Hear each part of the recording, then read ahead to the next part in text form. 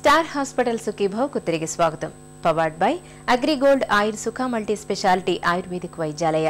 మోకీళ్లలో గుజ్జు బాగా తగ్గిపోయినప్పుడు, తీవ్రమైన నొప్పులు పోటెత్తుతోన్నప్పుడు ఇప్పటిదాకా మనకు కృత్రిమ మోకీలు మార్పిడి ఒక్కటే పరిష్కారంగా ఉండేది. అయితే ఇటీవలి కాలంలో కార్టిలేజ్ రీగ్రోయింగ్ థెరపీలు అందుబాటులోనికి వచ్చాక సర్జరీకి బదులుగా డాక్టర్లు ఈ థెరపీలనే సిఫార్సు చేస్తున్నారు. మందులతో మోకీళ్లలో గుజ్జును తిరిగి ఎలా పెంచవచ్చో ఇప్పుడు తెలుసుకుందాం. హయాల్యూరానిక్ యాసిడ్ అనే పదార్థం మనకందరికీ జాయింట్లో ఉంటుంది, ఆ కార్టిలేజ్లో కూడా ఉంటుంది.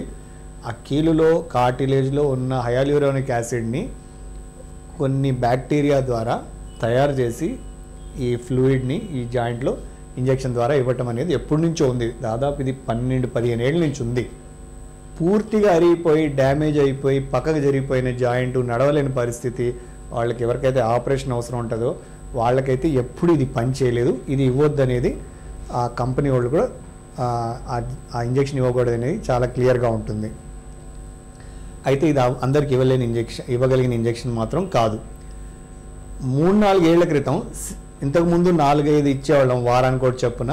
3-4 ఏళ్ల క్రితం జరిగింది ఏంటంటే సింగిల్ ఇంజెక్షన్ అనేది, అంటే ఒకే ఇంజెక్షన్ ఒకసారి ఇస్తే సరిపోద్ది అన్నట్టుగా వచ్చింది. దాంతో కూడా అనుకున్నంత సక్సెస్ రాలేదు. కొద్దిమందికే నొప్పి తగ్గటం, మిగతా వాళ్ళకి నొప్పులు తగ్గకపోవటం అనేది జరిగింది. కాబట్టి ఈ కార్టిలేజ్ మళ్ళీ తయారయ్యే ఇంజెక్షన్లు ఇప్పుడు కొత్తగా వస్తున్నాయి అనేది తప్పు. ఎప్పటి నుంచో ఉన్న ఇంజెక్షన్లు ఇవి కొంతమందికే పనిచేస్తున్నాయి, మిగతా వాళ్ళకు పనిచేయట్లేదు. కాబట్టి చాలా పెద్ద ఎత్తున ఇవి ఇవ్వటం అనేది ఎక్కడ జరగట్లేదు. అయితే ఒక మాట ఏంటంటే కార్టిలేజ్ మళ్ళీ పుట్టించే ఇంజెక్షన్లు వచ్చినాయి కదా అనే మాట అప్పుడప్పుడు మనకు వినిపిస్తూ ఉంటుంది. కుర్చీలో కూర్చుని పని చేసుకోవడం అన్నంత సుఖం మరెక్కడా లేదనుకుంటాం.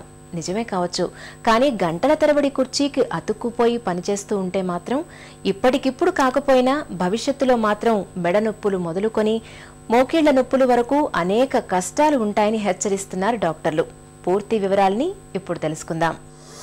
యూజువల్గా అబ్నార్మల్ పొజిషన్లో మానిటర్స్ చూస్తూ సాఫ్ట్వేర్ ప్రొఫెషనల్స్ కానీ, లేకపోతే ఇంటిలో అబ్నార్మల్గా లొకేషన్లో ఉండే టీవీ పెట్టి ఒక యాంగిల్లో చూస్తూ ఉండడం, లేకపోతే బెడ్ మీద పడుకొని కంప్లీట్ చేయాలి కదా అనేది మూవీ చూస్తూ అట్లా ఒక సైడ్కి ఉండటం వల్ల ఈ నెక్లో ఇది రావటం, అట్లాగే ఆ ఇంక్లైన్డ్ పొజిషన్లో చూడటం వల్ల నడుము మీద కూడా కాస్త ఇబ్బందులు గురై ఈ పోస్చర్ రిలేటెడ్గా ఆయా డిస్క్లు అరగటం, వాటికి సంబంధించి ఆ నర్వ్స్ మీద ప్రెస్ అయ్యి తిమ్మిరిలాగా రావటం, అట్లాంటివి కామన్ అండి. వాటినే స్పాండిలోసిస్ కింద జనరల్గా లంబార్ స్పాండిలోసిస్ అని నడుము అయితే, సర్వైకల్ స్పాండిలోసిస్ అని మెడకైతే చెప్పుకుంటూ ఉంటాం.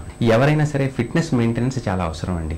ఓవర్ వెయిట్, ఒబేసిటీ, తర్వాత పోస్చర్ లేకుండా, దాని మీద ఒక అవగాహన లేకుండా ఉండడం వల్ల కామన్గా ఈ నెక్ ప్రాబ్లమ్స్ కానీ బ్యాక్ ప్రాబ్లమ్స్ కానీ ఎక్కువ అవుతున్నాయండి.